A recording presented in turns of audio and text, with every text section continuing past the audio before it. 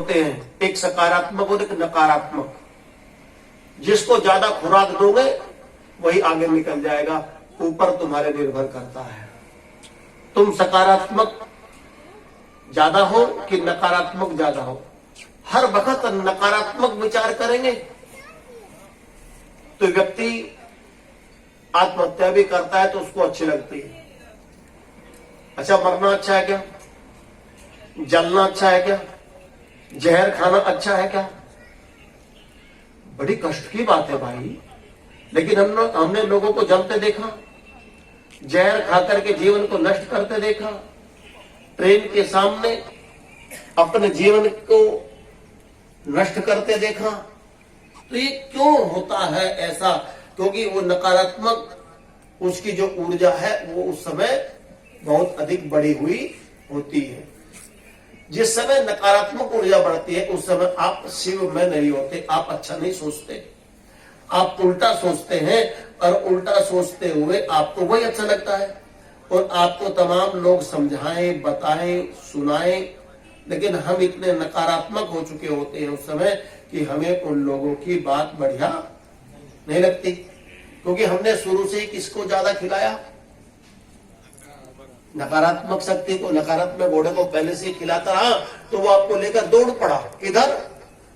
इधर विनाश हो जाएगा। आप तो शिव हैं। आप क्या हैं? शिव हैं, अर्धनारीश्वर।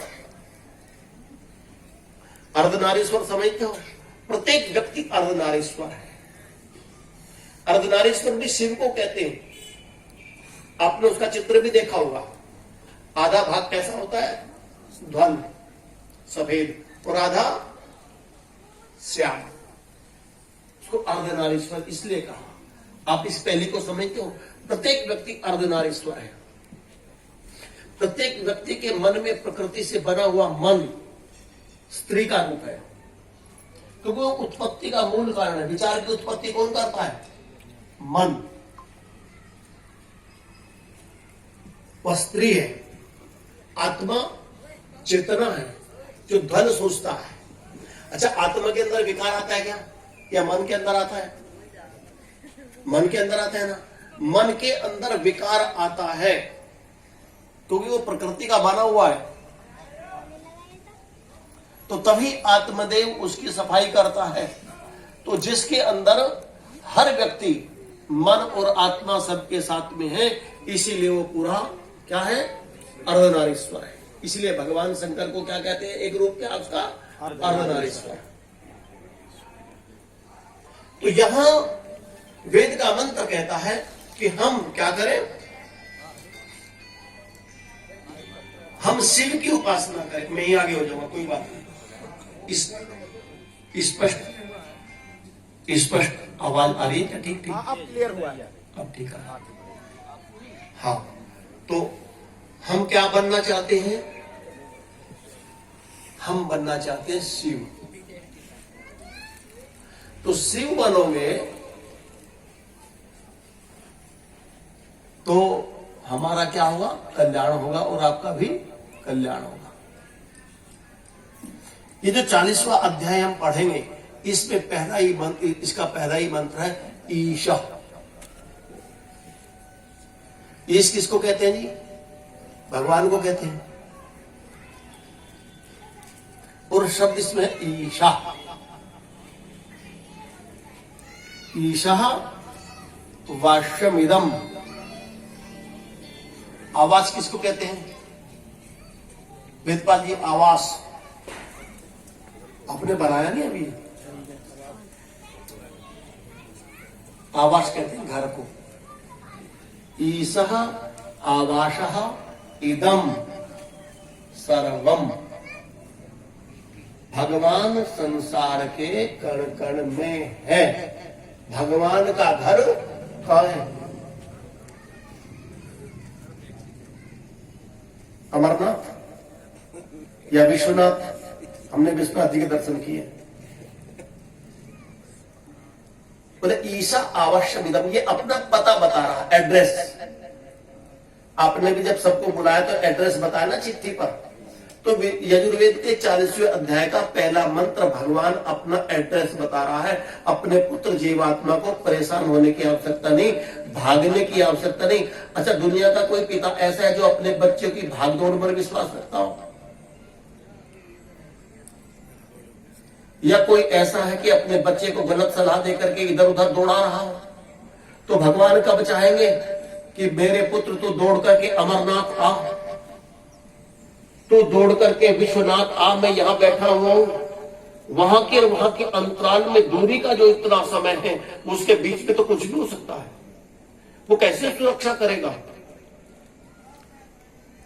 तो ये अपना एड्रेस बता रहा है, मेरे बच्चों तुम्हें कहीं जाने की आवश्यकता नहीं है, क्यों ईशा अवश्यम इदम सर्वम, मेरा जो आवास है संसार के कण कण में है।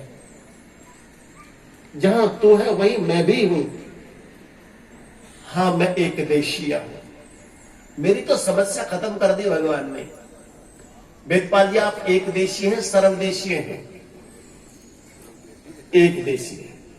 अभी आप यहां हैं, सलेम बात तो नहीं है। और भगवान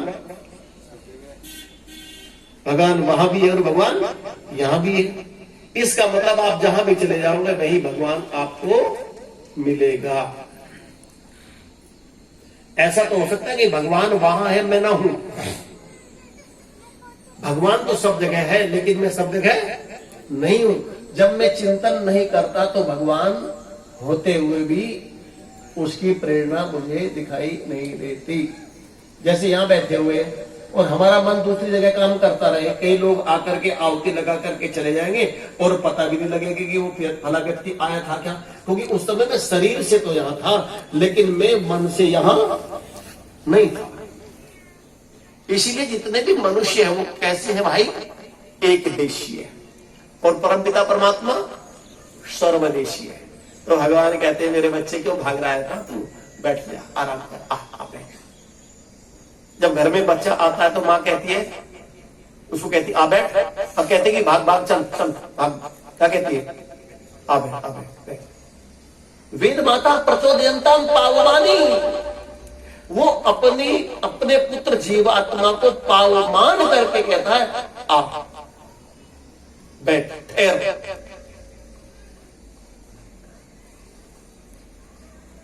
और उसको ठहरा करके बोले, किस लिए ठहर जाऊं? आ गया, आप पहुंच गए ना। किसके पास पहुंच गया? भगवान के। कितना बढ़िया मौका है, मांग लो। अगर आप किसी उच्च अधिकारी से मिलो और आपकी कुछ जिज्ञासा हो और भगवान न करे भीड़ भी ना हो, उस समय तू और वो अकेले हो, तब ज्यादा खुल के बात कही जा सकती है कि भीड़ में ज्यादा अच्छी कही जा सकती है? राठी जी बताओ। अकेले में अंदर की तो कही जा सकती है ना।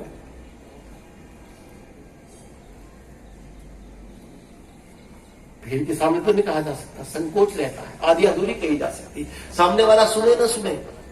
लेकिन परमपिता परमात्मा जहां आप हैं वहां परमपिता परमात्मा परमात्मा भी अकेला है। या परमात्मा के साथ कई एक व्यक्ति हैं जी? परमात्मा कई है कि एक है? पक्का? जब परमात्मा एक है और आप उसके पुत्र भी, आप उसके पुत्र, उस समय हर परमात्मा का पुत्र एक है। बच्चे तो अनेक हैं, आत्माएं तो असंख्य हैं, लेकिन जब आप उससे मांग रहे होते हैं तो उस समय परमात्मा केवल आपके समक्ष होता है। उस समय आप मांग लो निसंकोच होकर के, जो भी मांगना है। बोले तुम किस लिए आए? बोले प्रेरणा प्राप्त करने के लिए। कुछ मुझे भी बता दो, हम भगवान के पास किस लिए जाए जी? हमसे तो मांगना भी नहीं आता। आता है क्या? बताओ क्या क्या मांगोगे आप? अच्छा बताओ क्या मांगोगे? बच्चे मांग सकते हो, विवाह, बच्चे की शादी ना हो तो विवाह मांग सकते हो, नौकरी ना लगी तो नौकरी मांग सकते हो, बीमारी आ जाए तो भगवान बीमारी दूर हो जाए। जब कोरोना आया ना, हे भगवान किसी तरह से बीमारी से पन्ना छूट जाए, मेरा नंबर ना आ जाए, दादी तो चली गई। कितने डरे हुए थे सब लोग। तो भगवान से यही सब कुछ मांग रहे थे, वो भी चला गया। लेकिन हमसे तो मांगना ही नहीं आता, हमने कभी उससे मुक्ति नहीं मांगी। हमने उससे कभी उसका साथ नहीं मांगा। हमने क्या मांगा? जो संसार में पहले भगवान ने मेरे पैदा होते के साथ ही दे दिया था।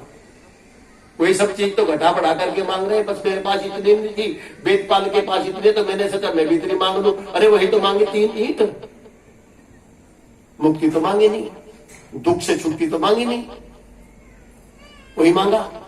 तो मांगना भी नहीं आता, इसीलिए कहा प्रभु मैं तेरे पास आया हूं। बोले क्या लेने आया हो?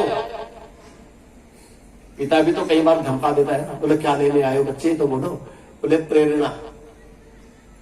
क्या लेने आया हो? प्रेरणा, मुझे प्रेरणा दो। अच्छा प्रेरणा मिलती नहीं मिलती? आप अभी ये समझो कि मैं किसी की चोरी कर लूं एक बार को, तो तुरंत प्रेरणा होगी अंदर से, सबको होती है, नहीं गलत बात। लेकर के ना दो। अच्छा देने वाला व्यक्ति जो है वो भूलता है कि लेने वाला भूलता है? ईमानदारी से बताओ। चलो तुम आज इतने लोग बैठे हो, है जी? देने वाला भूल जाता है, लेने वाला कभी नहीं भूलता, चाहे वो झूठ मूठ कहता रहो। अच्छा अरे भाई शास्त्री जी, अच्छा अच्छा, वो याद नहीं रही थी बात, बिल्कुल गलत बोल रहा है, झूठ बोल रहा है। देने वाले मैंने कई बार देकर भूलते देखे हैं, लेकिन लेने वाला व्यक्ति बिल्कुल नहीं भूलता, और सामने पड़ते ही तो जान जाता है। तो भगवान तो देने वाला है, कहां भूल जाएगा? तुमको कहां भूल जाएगा? हम भूलते हैं भगवान को, भगवान नहीं भूलता। देनहार कोई और है, देता है दिन रैन, लोग भरम मुझ पर करे ताविद नीचे नैन।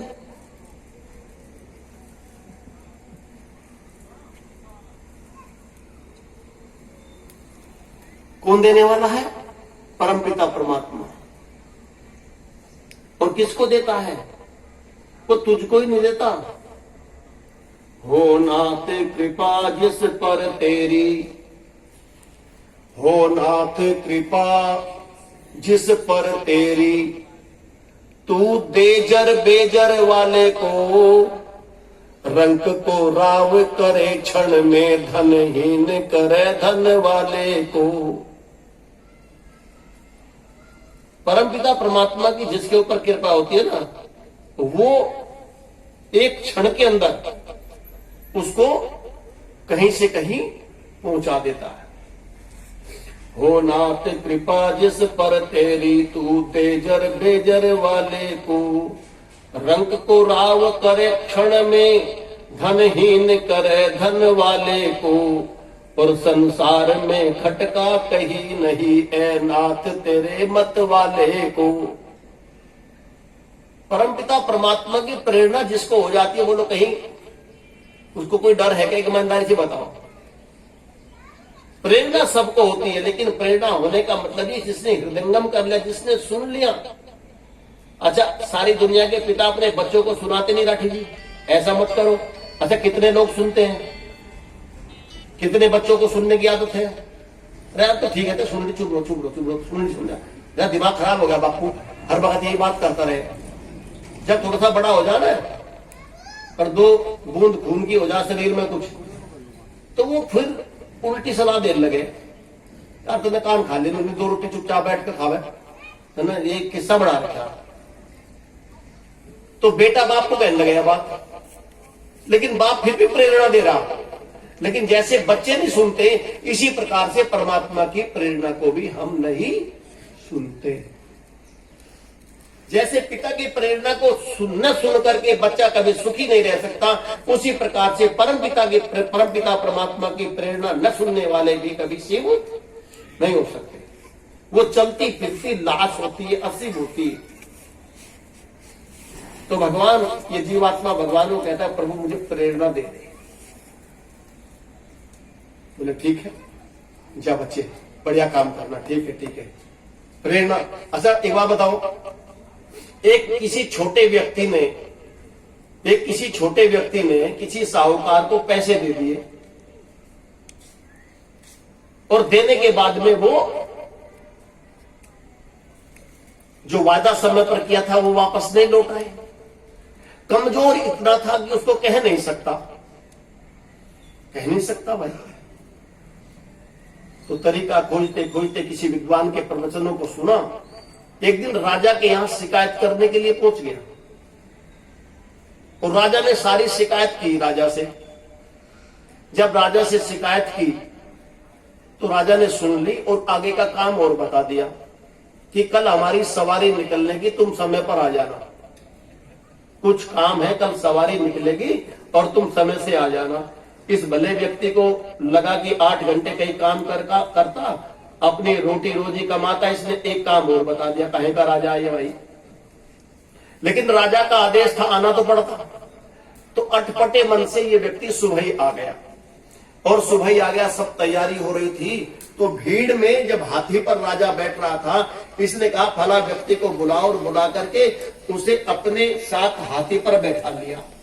कहना सुनना कुछ नहीं, और सवारी वहीं से निकाली। जिस साहूकार के पास पैसे थे, नियम यह था कि जिस दिन राजा की सवारी निकलती थी उस दिन राजा के स्वागत में सबको उपस्थित रहना होता था। तो राजा की सवारी जा रही है, सब उपस्थित है, फूल से स्वागत कर रहे हैं, राजा की जय जयकार हो रही है। जब इस व्यक्ति की जोड़ी के सामने ये हाथी पहुंचा, राजा की सवारी पहुंची, तो ये व्यक्ति राजा के साथ बैठा था। उसने भी देख लिया, तो वेदपाल जी उसने भी देख लिया ये व्यक्ति तो राजा के साथ बैठा है।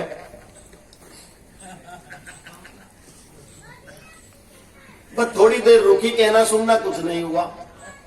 उसने उसको देख लिया और उसने उसको देख लिया।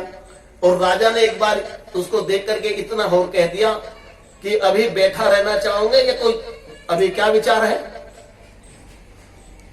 बस इतना कहते बोले चलो। बस सवारी, राजा की यात्रा खत्म नहीं हुई थी कि ये व्यक्ति उसके घर पहुंच गया, सारा पैसा लेकर के। और उसकी धर्म देवी घर के अंदर थी और खुशामद कर रहा है बैठ करके कि मुझसे भूल हो गई, व्यवस्था नहीं थी, भाई साहब आएंगे तो बोल देना कि राजा साहब को मत बताना, और ये अपनी पूरी की पूरी जो तुम्हारी धनराशि थी इसको ले लो। तो कहना सुनना तो कुछ नहीं हुआ। तो क्या हुई? प्रेरणा हो गई। किसके साथ बैठा था? शक्तिशाली के साथ बैठा था। शक्तिशाली के साथ बैठा हुआ मात्र देख करके प्रेरणा हो गई, यदि पैसा नहीं देगा हो सकता है राजा को शिकायत न कर दे, और कल पैसा तो देना पड़ेगा ही, और ऊपर से दंड अलग से मिलेगा। तो वो तो राजा के साथ बैठने से, मंत्री के साथ बैठने से, एमएलए के साथ बैठने से, एक व्यक्ति थानेदार के पास बैठने लगो, एसएचओ के साथ मेल मिलाप हो जाओ, वही भारी हो जाए लोगों को।